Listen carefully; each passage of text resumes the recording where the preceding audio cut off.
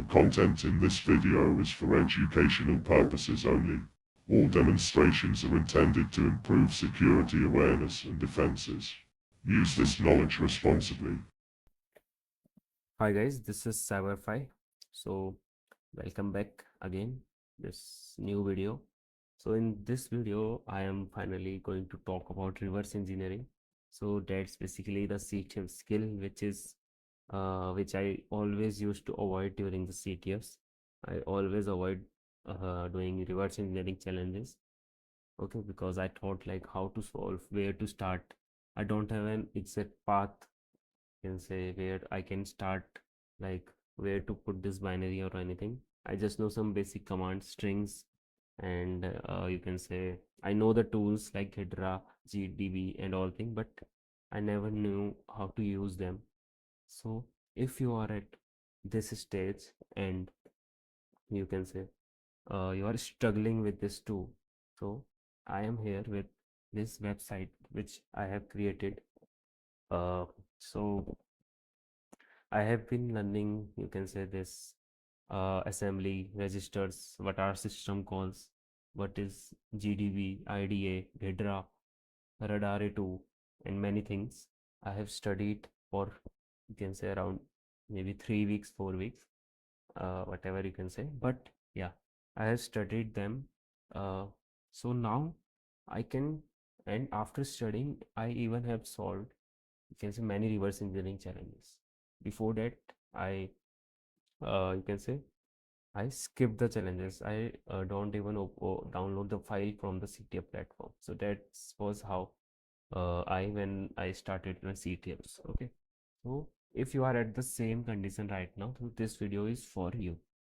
So guys, I have created this video, and uh, in this website here, you can see I have talked about CPU and registers, because without that, you can say you will not be able to understand anything.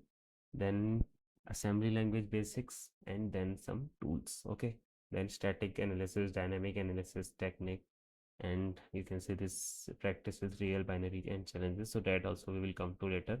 This assembly simulator. Okay. So I have created this website with the help of AI, of course. But yeah, the content is my handwritten notes.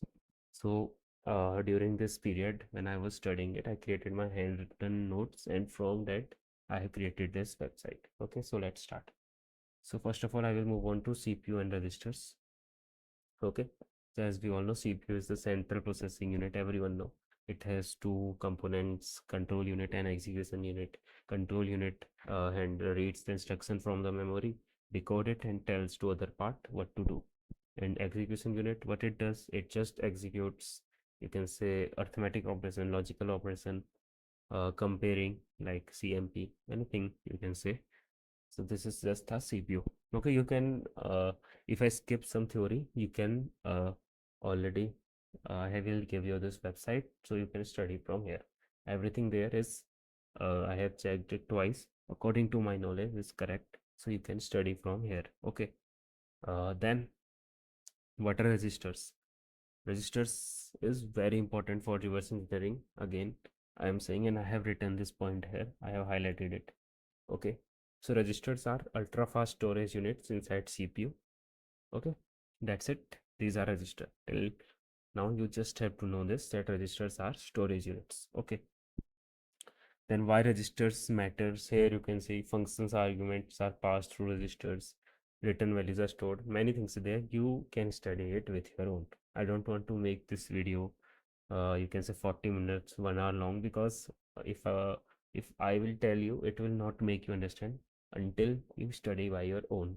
So I have created this website so you can study it from here. Okay, and this is, like, you can say, not boring looking. Here you can say if you will start reading this, you will actually have fun reading the concepts, because I have created this, you can say, the readability and visibility. The UI is like that, you will not get bored. Okay, then next, here you can say, see this hierarchy, this okay, so this terms, like whenever we have this, we use 64-bit, we called it RAX. Then In 32-bit we called EAX, 16-bit we called AX, then AH, AL. So this you just have to know. You don't need to, can say, remember it. Now you just have seen it here. These all are general purpose register. Okay. Now it's in your fitted in your mind that whenever you will see these, you will know that these are general purpose register. Okay. You can study it with your own. Then what is RAX? What is RBX? This all I have written in detail. Okay, this you can understand. Okay, you can easily understand this. uh, the explanation is very easy. I know I have studied it. You can say the full website I have studied, so it's very easy, you can learn. Okay, then we have some flags like whenever there are some condition, like if jump if equal, if you know some assembly, that is jump if equal, jump if not equal, jump if zero, jump if greater than. So like these types of conditions whenever are there, so these all are you can say managed by this flags.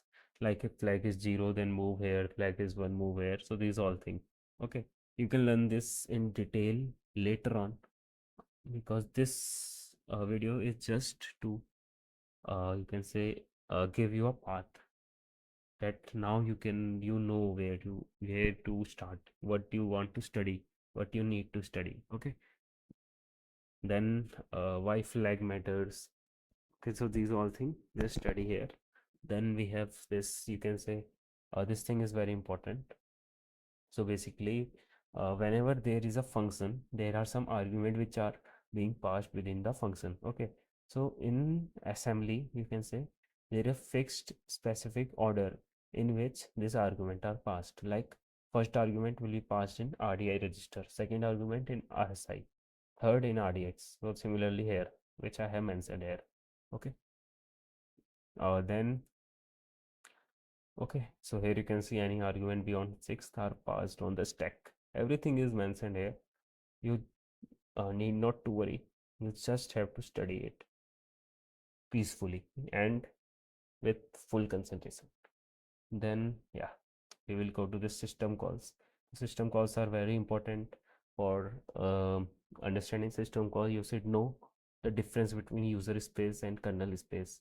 Okay, what is user space? The program, the application I am using, that is Brave, it's in this my user space. Okay, what is kernel space? Like you can say the memory, the file system. Whenever I write a new file, where it have happened, it happens because of that kernel space. Okay, and but we do that with the help of GUI, you can say. But in the backend, there are a lot of system calls. Like if we are writing a file in text, then there is a write system calls going on in behind. So that's how it works. Okay, I think you have understand a bit. Uh, so that's what basically a system call is. Okay, then when your program executes a system call, it set up register with system call number. Okay, so every system call has a number. Okay, right, like write, read, exit have 60, write has 1, read has 0. So every system call has a number. Okay, so whenever you execute a system call, the program sets up a register with system call number. Okay, then the, you can say the system calls arguments are being passed and all things, which I will show you here. You can see every system call has a number. Okay, here you can see RAX store the system call number. Okay, and then again the argument order which we studied above, same is followed here. Okay, so here is an system call that is exit explained. Okay, so now you can see in RAX the system call number is being stored. So for exit I told you the system call number is 60. So 60 is being stored in RAX. Okay, and then here is this argument int status which is being passed inside this RDI. So that is how it works. And then we just type system call. This is basically the assembly code to how to system call. This is the assembly code for how to do a system call. And the system sorry, and this basically is for that exit system call. Okay, then again we have similarly this write system call. You can see here we have the system call number 1, then we have this 3 argument 1 2 and 3. So that's how it works. Okay, Now you can study, you can say more system calls later on in this website. I have for you, you can see I have done a lot of work. Here you can see I have mentioned all the system calls which are important. Like these are around 80 system calls which I have mentioned.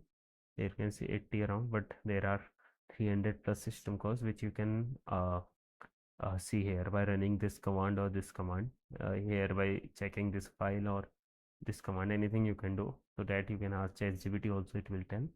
Okay, but I have already mentioned a lot, and I don't think you will, if you are not like going deep to that part, you will not need it. But if you are just you can say starting and you are a beginner, so it is more than enough. Okay, then this system call example, here you can see, so this is basically the assembly code manner to write the section. There we have various section like data, text section, then RS section. So RSS section, so that assembly, this part will come to later a bit.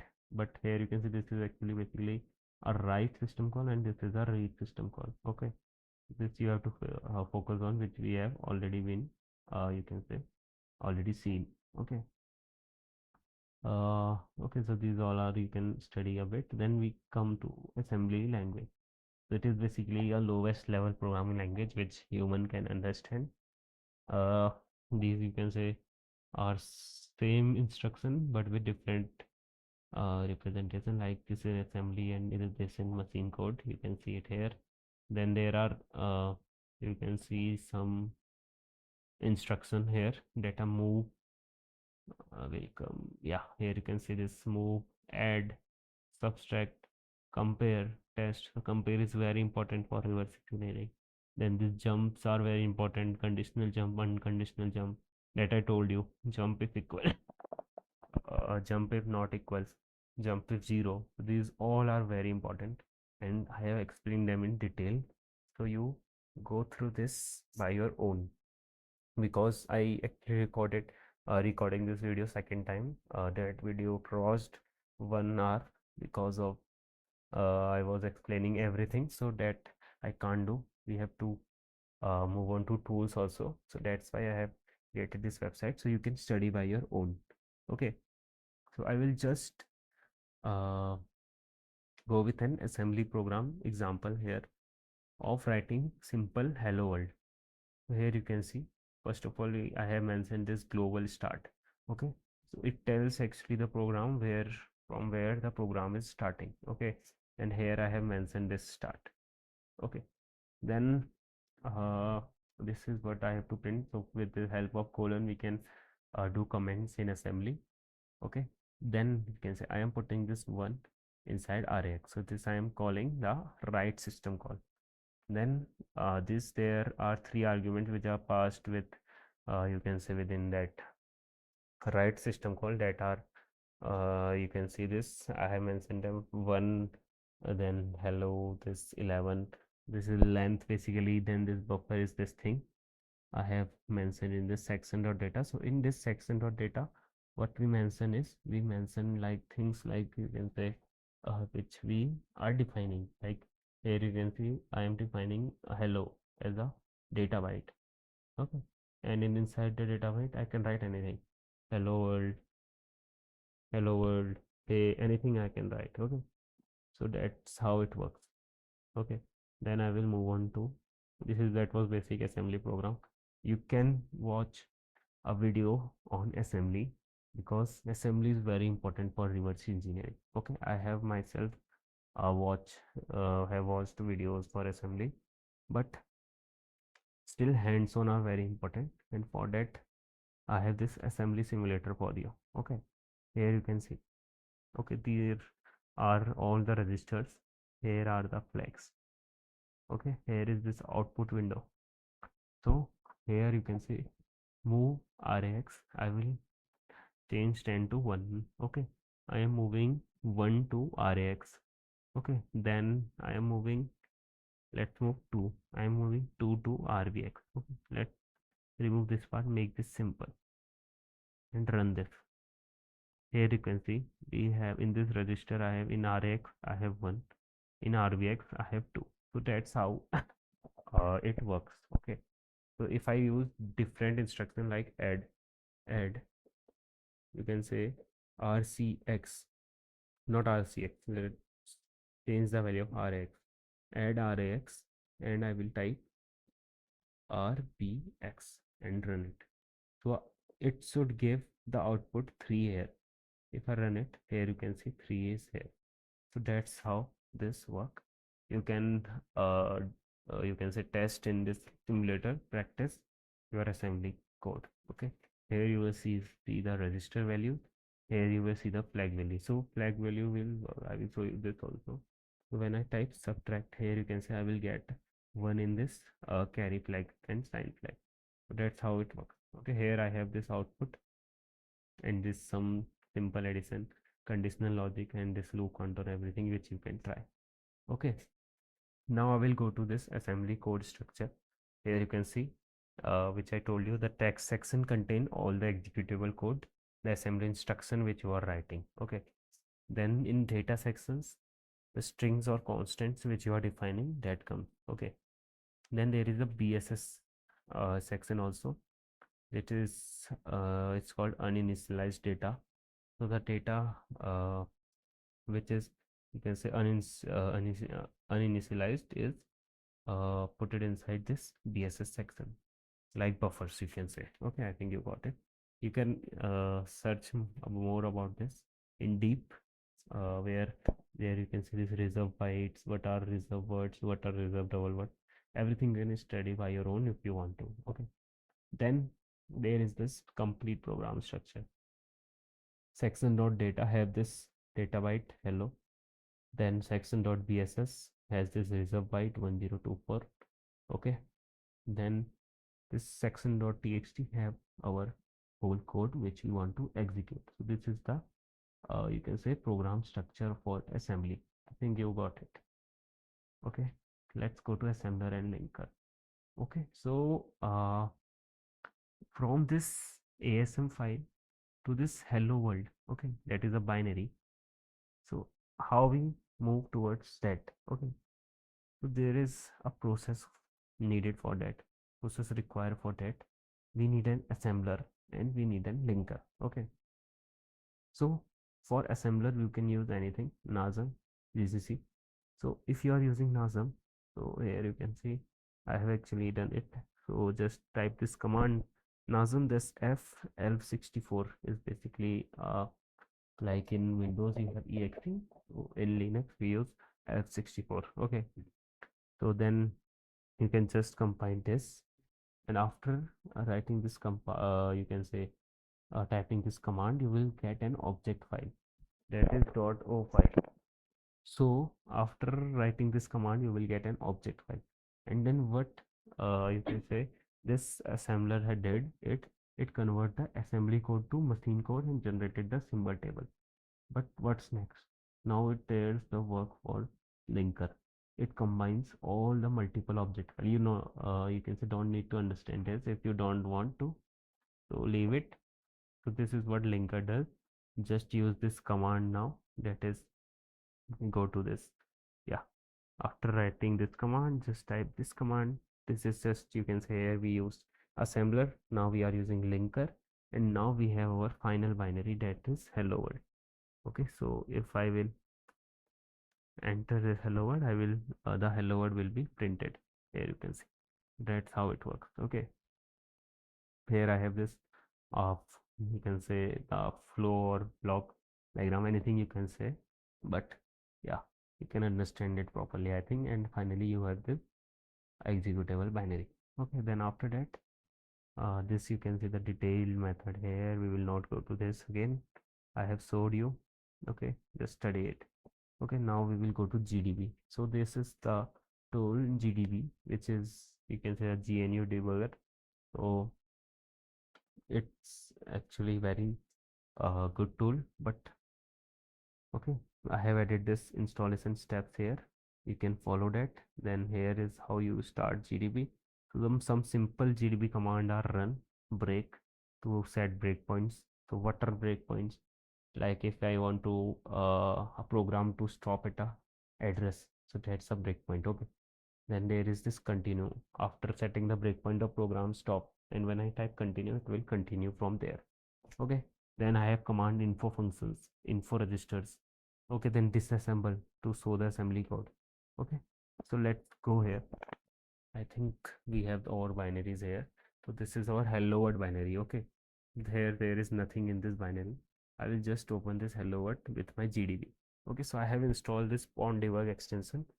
uh, that's why it's here. You can see uh, my this part I have highlighted is written pond debug, but in yours it would be written GDB. So you can install it, just chat GPT or do anything. It's very easy to install. Okay, so if I type run, it will start the program and run it, and we are getting this hello world. Okay, let's exit it. Okay, again if I will open it, so before running I want to show view, you can say how many functions are there. So I will type info functions.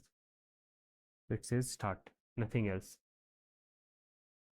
There is, you can say, all defined function, and then we have this non-debugging symbols, that is start. Okay, and if I will go to my code, here you can see we only have starts. So that is what GDB showed us. So now I want to show the assembly code of that. Okay, what's the assembly code of that?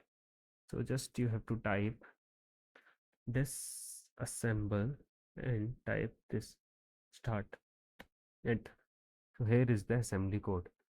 It is putting this one. So this is actually, you can say, uh, hex code, which you can see here.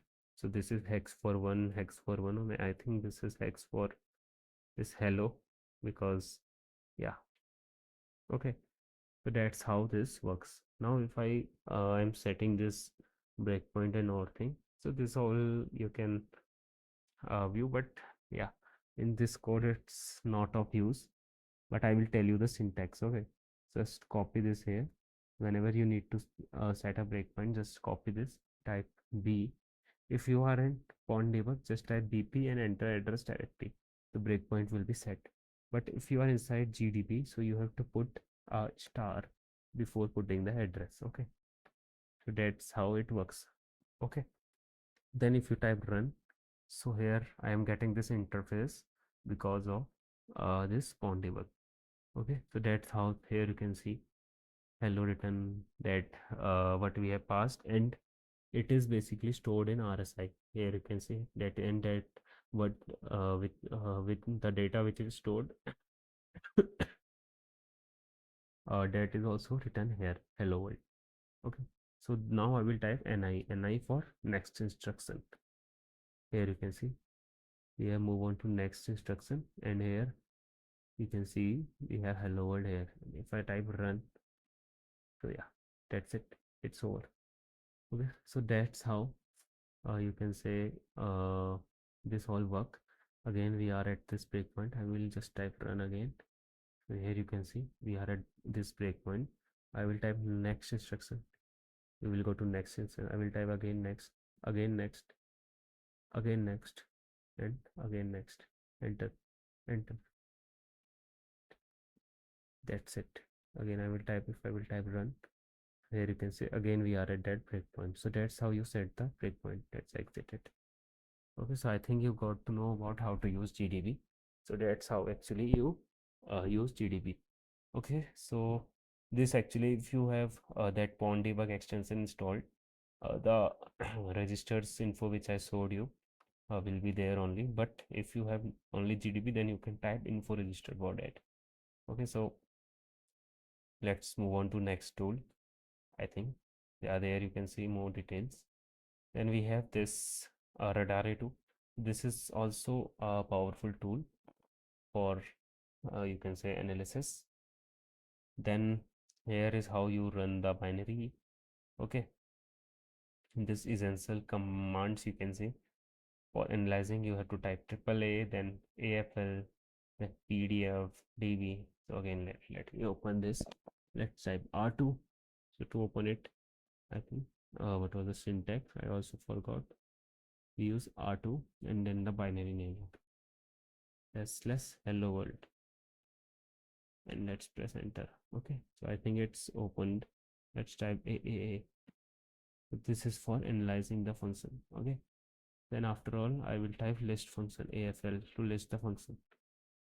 Okay, it shows this 139 entry 0. Okay, then we have this PDF command, that is print assembly of function. Okay, let's type here. I'll try to do this address. Let's copy this address and type PDF. I think I have to put that right here. Yeah, so here you can see we again have that same assembly code. But there is an important thing about this. So if we want to, you can say, to go in debug mode, we will type db. Then the more, you can say, there is a visual mode here. As you can see, we are getting this. You will use this P to change the mode. So that was earlier we see was hex. Then we have this easy readability here. You can see. Okay, so this is not required. But let's exit this. Type Q to exit. If I type capital V and V again, this is actually more important. Here you get a graph view. Here you can see code. It is much more easy to understand. Okay, as you can see here. If I type P, I have this with the addresses also. Type P. Here you can see the code. There are many different features here. You can see. Okay, so exit this, and exit this. So this is basically the radar 2, which you can use to analyze your binary.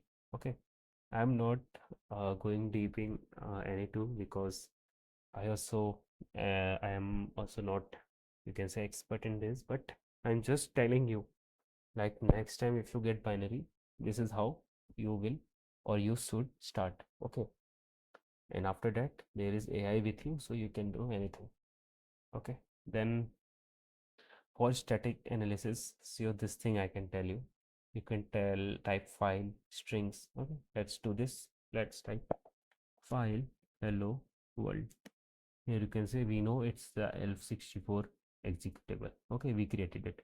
Then type strings, then hello world.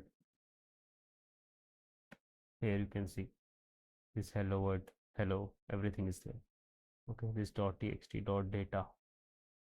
Then you can also type xxd to view the hex. Okay, xxd hello world. Here is the hex. Here you can see. So that's how this works. Okay, and also I have mentioned many, like object dump is very important. Okay, object dump, you can say, it shows you the, like, if I type this, it shows you basically the disassemble code. Okay, let me go here, type object dump. Let's type -d and type here /hello world. Okay, enter. So here you can see our code. This is the disassembly of section.txt. Okay, so here you can see disassemble executable sections. Then this there are many more things, like if we want sections header, so we will type dash h instead of dash d. So I have mentioned all the important commands which are used in CTFs. Okay, so then this here you can see bin walk. I think you have been already done. And this ltrace, strace, these all are very important. Like if I type ltrace /hello world here, so there is nothing here in the program, so that's why we got nothing. If I type strace /hello world, so it is what system calls, it is calling, it shows everything. Like here you can say exit is being called, write is called, this is exit. So here how it works, execute, sorry. So here is how you can say this strace and ltrace work. Then we have some static analysis tool which you can download, hopper and cutter. This you can see here by yourself, you can try. And I think I have covered everything approx, but if some I have left, I think that you can study by your own. Here is this exif tool to see the metadata of the file. So these all things are required in CTF. So that's why I have, you can say, mentioned them or collected them at a single place, so it will be easier for you. Also, there is a main feature in this website which I forgot to tell.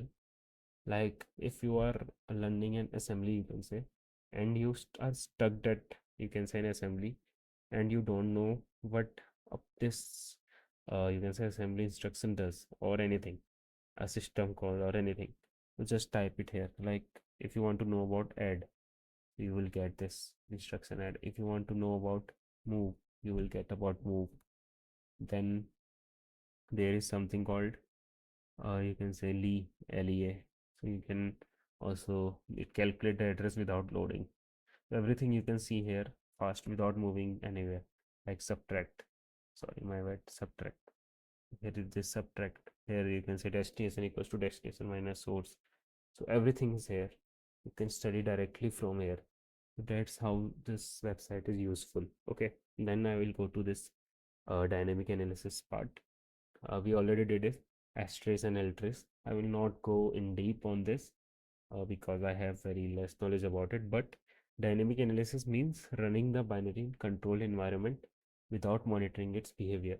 Okay, it shows us all the system calls, all the library calls. Like I told you, S-trace shows us all the system calls. Like here, we get the system call exit, right? So that's how this you can say S-trace work.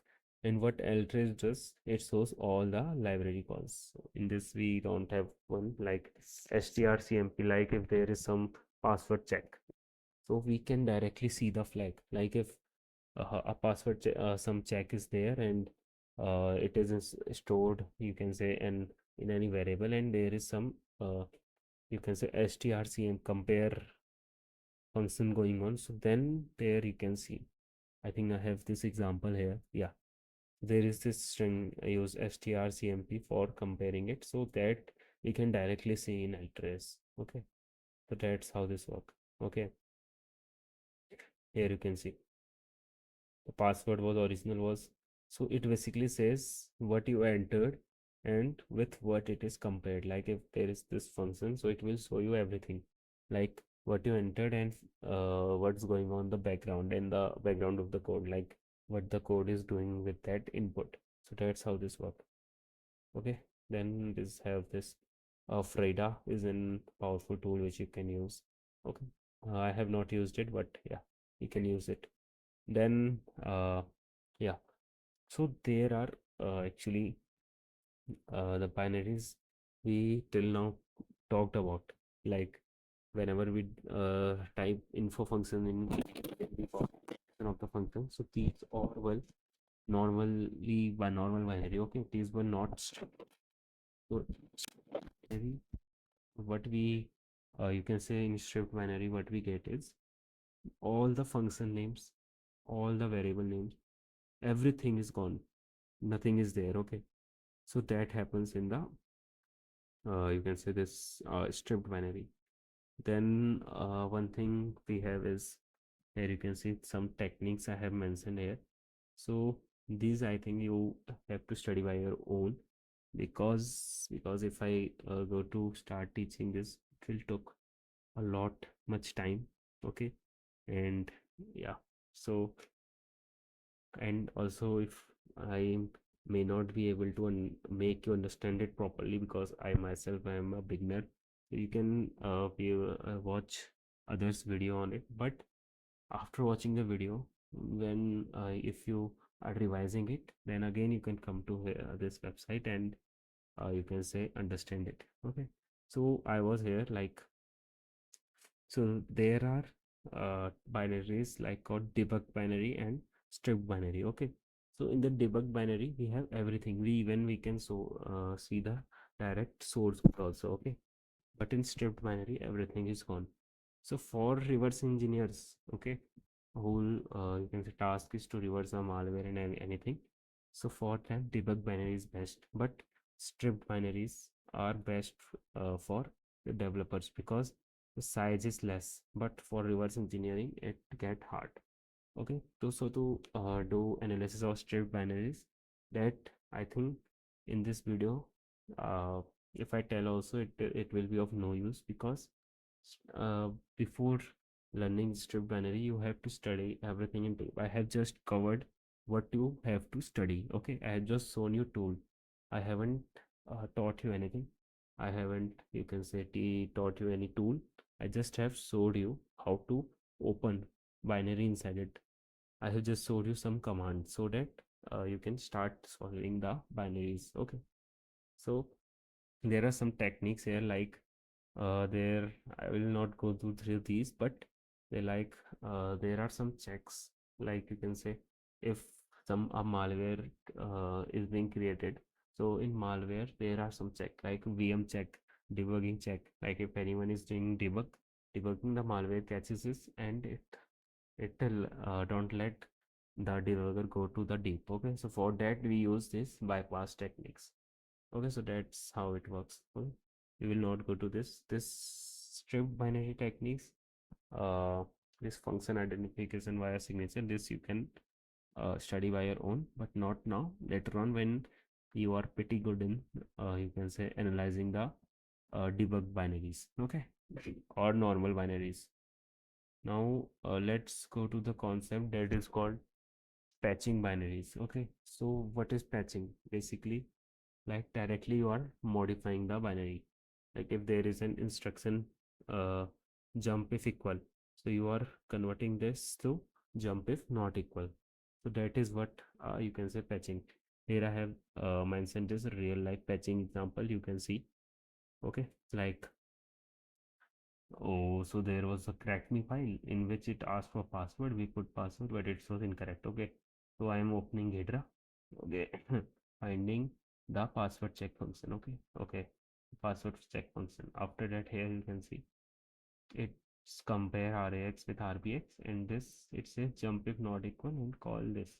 Okay, so the JNE opcode at this is 7519 is changed, replace that with this 9090. Okay, so after you replace it, you can say use this as hex editor to patch it. Just change 7519 to 9090 and save the file. And when you will run it and enter anything, you will get success, because we have, instead of you can say jump not equal, we have ignored it, and we are directly calling this print success. Okay, so that's how this patching works. This is very deep topic, this patching part, game modding and everything. So this comes under this only. Okay, so this is very deep. I also don't know much about it. I have just like uh done patching in simple binary with simple compare function, nothing else. So I can't teach you, but I have started doing patching. Okay, so it means you can also start with this here. So that's why I have created here. So here I have some patching notes here to check password check, license validation, trial expiration, error message. So where you have to focus. Then we have this anti-reversing technique.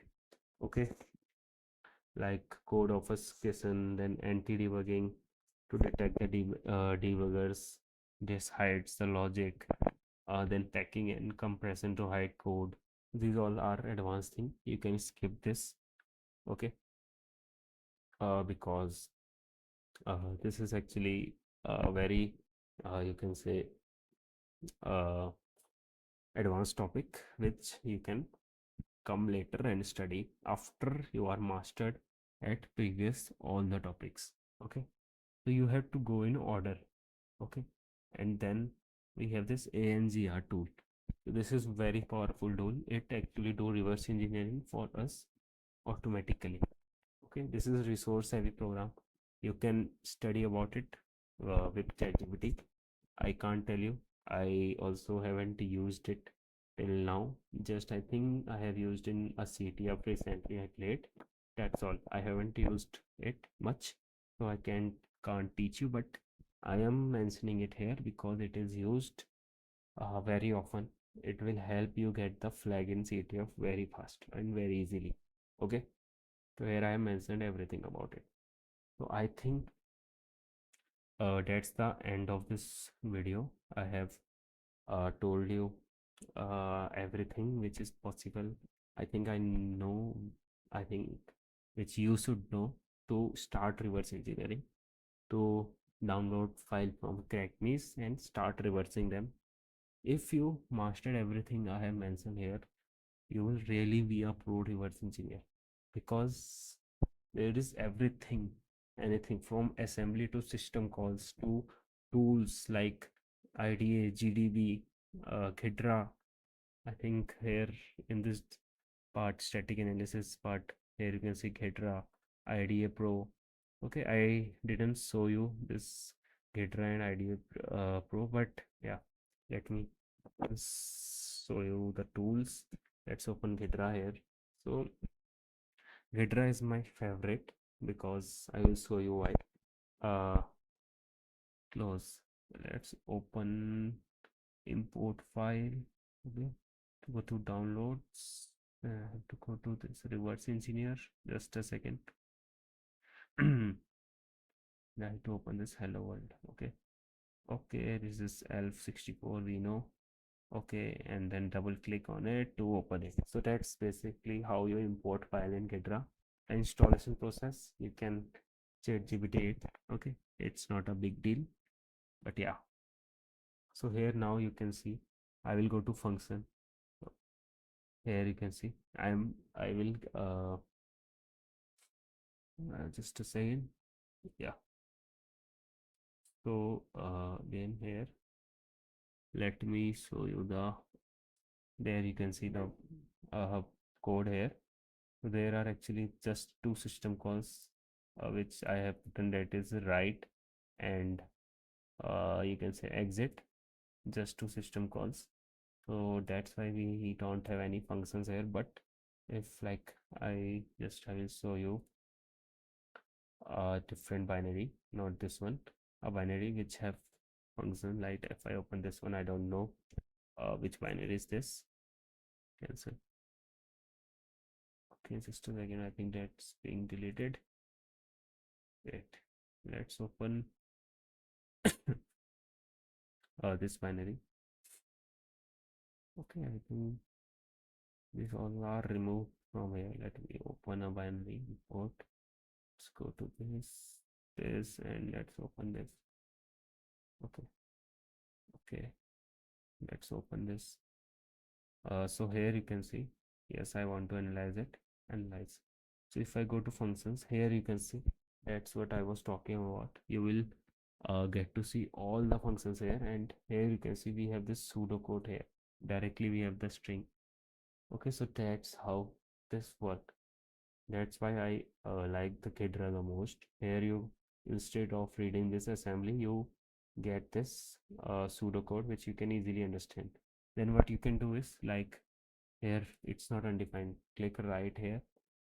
Uh, just, and after getting here, you just like click right click, type on edit function signature, and here you can see it returns 0. It means it's not undefined, it's int.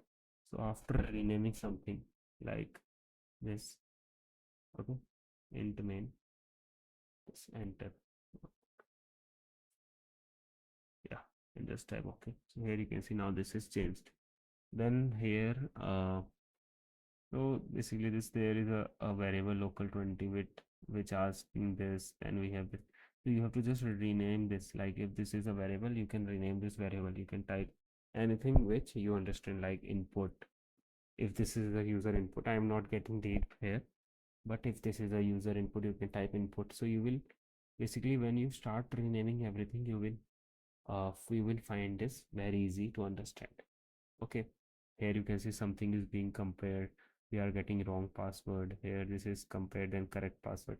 That's how you basically work. Okay, let me close this and let's click on don't save and close this. So this is how this is what is Ghidra. Okay, then also I have this IDA which I will open here. Yeah, here is this IDA. This is actually the pre. I'll just open this one. Can't find file. Okay, no problem. We will open our hello one.